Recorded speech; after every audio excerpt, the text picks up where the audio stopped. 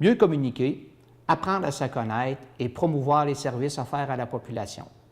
Voici les conclusions qui sont ressorties du premier forum citoyen sur l'exclusion sociale qui a réuni une soixantaine de personnes le 15 septembre au Centre communautaire de Beaupré. Voici le bilan de cette initiative des organismes communautaires de la Côte-de-Beaupré. On est super contents. Là, on a eu vraiment une belle participation de la population. On a eu environ une soixantaine de personnes qui ont participé à notre forum citoyen pour contrer l'exclusion sociale ou pour une inclusion sociale sur la Côte-de-Beaupré. Ça a touché un peu toutes les catégories là, de citoyens. Fait qu'on avait soit des citoyens, on a eu des travailleurs du communautaire, on a eu des élus de la Côte-de-Beaupré qui étaient présents.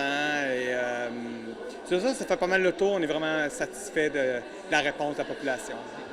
Comment s'est déroulé? Est-ce qu'il y avait des ateliers? Comment ça se déroulait?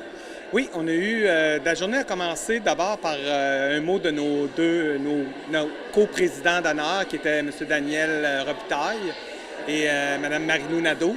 Donc, ils nous ont ouvert ça d'une façon simple et très, très, très humaine. Et on a eu un témoignage aussi par un gars qui vit sur la Côte-de-Beaupré, qui s'appelle Maxime Lampron.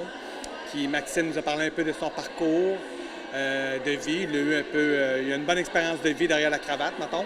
Puis aussi de qu'est-ce qui l'a aidé dans la vie à avancer, à continuer malgré les difficultés. Et un peu aussi, il nous a parlé un peu des préjugés qui l'a accompagné dans sa vie, puis comment on se débarrasse de ça, puis comment on essaie d'être plus fort face à ça.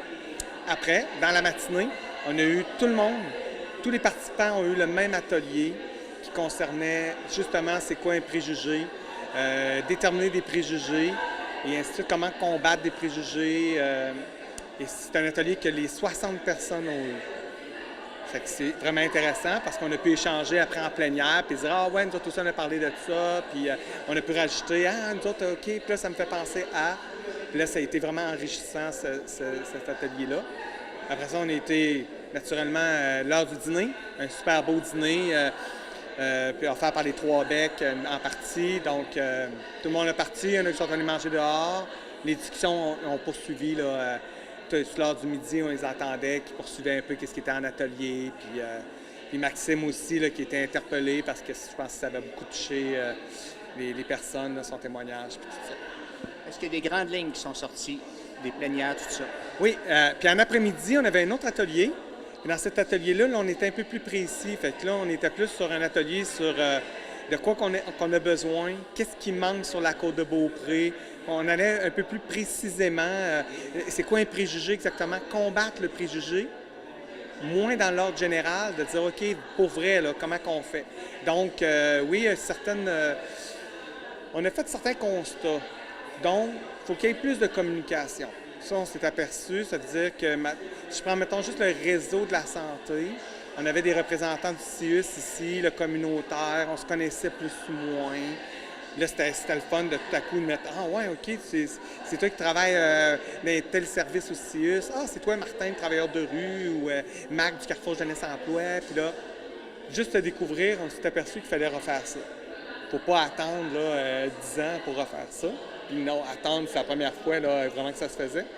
Donc, j'ai l'impression que dans un an ou deux, on va revenir à la charge, peut-être pas quelque chose d'aussi structuré qu'aujourd'hui, mais des rencontres où on peut échanger et qu'on peut s'essayer de voir à mieux travailler ensemble. Il y a d'autres recommandations, je pense, qui sont sorties par d'autres comités, entre autres, peut-être un peu dans la même veine, de mieux se connaître, peut-être avoir un bottin ou mieux travailler avec le service de 2 en 1, parce qu'on peut faire des recherches sur les besoins et tout ça. Puis un besoin qui a été nommé, mais qu'on travaille déjà là-dessus, nous autres, avec le comité sur l'exclusion, tous les organismes communautaires de la Côte-de-Beaupré, c'est d'avoir une formation pour les intervenants, pour les bénévoles, pour les aidants naturels, une formation qui va toucher vraiment des compétences plus... tu sais, le travail social, il est bousculé en ce moment. Hein? Ça va vite, c'est un système, c'est une structure, c'est des services qu'on offre. Des fois, les besoins des personnes ne sont pas tant « j'ai besoin de ça, je lui donne ça, puis c'est réglé ». Il y a toute une partie humaine, une partie où il faut travailler avec l'être humain qui nous arrive puis qui a un parcours de vie. Il faut être lent avec, faut travailler plus dans l'accueil, travailler plus dans le respect, dans l'écoute, tout ça. Donc, on travaille en ce moment à développer une formation que la majorité, ça va faire à l'ensemble des intervenants de la Côte de Beaupré. Ça va aussi être ça va être aussi en lien avec les problématiques ou les réalités des gens de notre milieu, parce que ça se vit pas pareil. Je prends, mettons, l'itinérance, ça se vit pas comme à Québec. On n'a personne qui dort sur le coin de la rue. Par contre, nous, on a beaucoup de prémices à l'itinérance.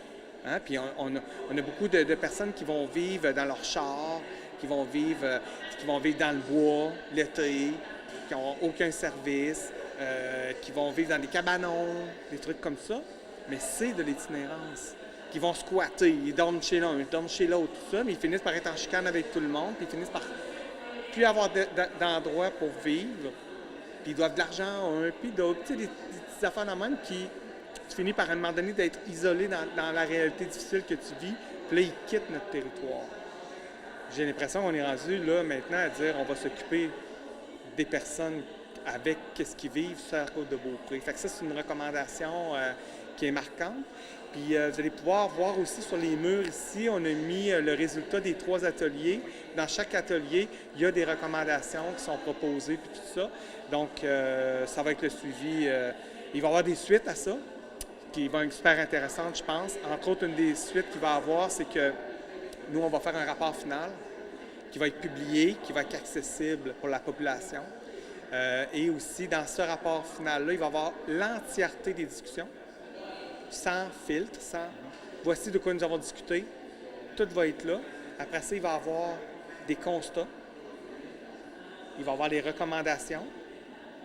Puis dans la journée, on avait la chance d'avoir M. Daniel Robitaille, qui est le président de Développement Côte de Beaupré.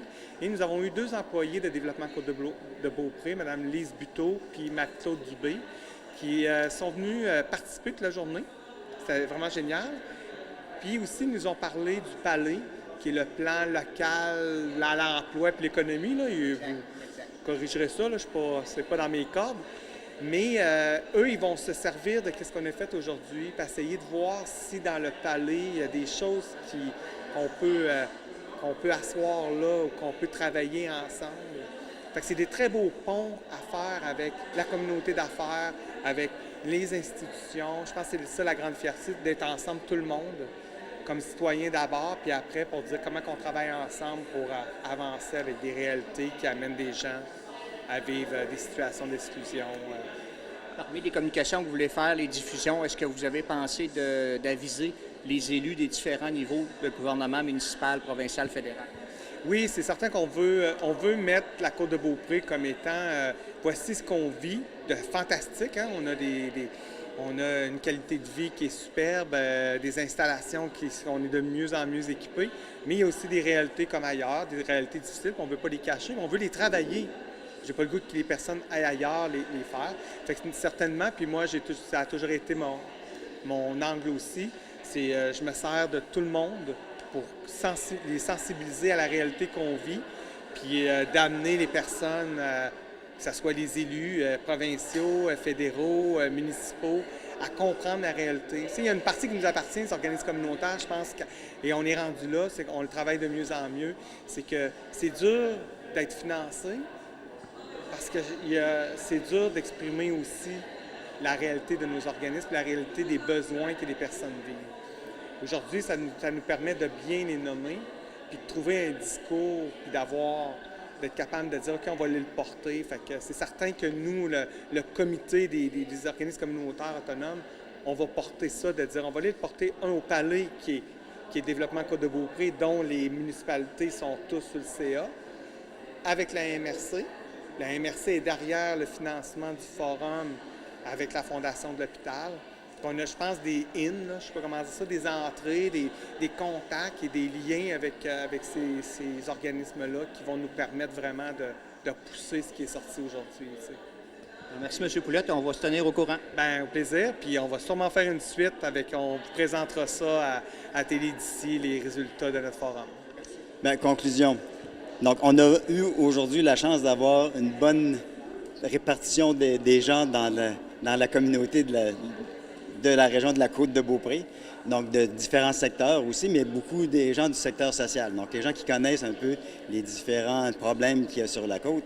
Et puis, justement, ce qu'on veut à travers tout ça, c'était de connaître, de comprendre qu'est-ce qui amène à cette exclusion-là pour être en mesure ensemble, donc en se communiquant, parce qu'il y a plusieurs organismes aujourd'hui qui travaillent pour aider les différentes causes au niveau de l'alimentation, certains petits problèmes, etc. Et puis, bien, je pense qu'ils ont compris que l'important, ça va être de s'entraider, de se parler, d'amener justement tout le monde à travailler ensemble. Puis aujourd'hui, bien, on a vu un peu tout le monde, puis on avait des citoyens qui vivent plus de difficultés aussi, qui sont venus s'exprimer. Donc ça permet ça de comprendre mieux les problèmes et d'être en mesure d'intervenir pour essayer de trouver une solution, de mettre des fonds, de trouver quelque chose qui va nous permettre d'avoir sur la Côte-de-Beaupré des services qui vont répondre aux besoins pour éviter justement ces jugements-là et l'exclusion. Donc, on a parlé d'exclusion, mais dans le fond, ce qu'on veut plus, on a dit tout à l'heure, c'est l'inclusion. Donc, c'était plus un forum sur l'inclusion de la population, puis on va essayer de trouver les moyens ensemble, en se communiquant, en parlant des services qui sont là, puis de s'assurer que toute la population soit au courant de tous les services. Puis je pense que ça, c'est ce qui est ressorti, c'est qu'on a plein de services à offrir sur la Côte-de-Beaupré, mais les gens ne sont pas au courant. Et puis là, bien, on s'est dit, dans chacun des organismes, on doit en faire la promotion, puis faire la promotion de nos services, mais des services des autres, de notre communauté, puis que pour que tout le monde puisse avoir accès et de savoir qu'ils y ont accès. Parce que, dans le fond, ces services-là sont ouverts à tout le monde.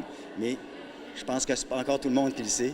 Puis je pense que ça va être ça qu'il faut travailler, cette communication-là entre les citoyens, les communautés, nos élus, tout ça, pour offrir un service à cette population-là qui en a besoin, puis de les intégrer avec nous autres, puis qu'on se connaisse mieux. C'est à peu près ça de notre journée, puis ça a été quand même vraiment intéressant. Bonjour, M. Cochrane. En fait, ça a été vraiment une belle journée. Je suis enchantée d'être venue.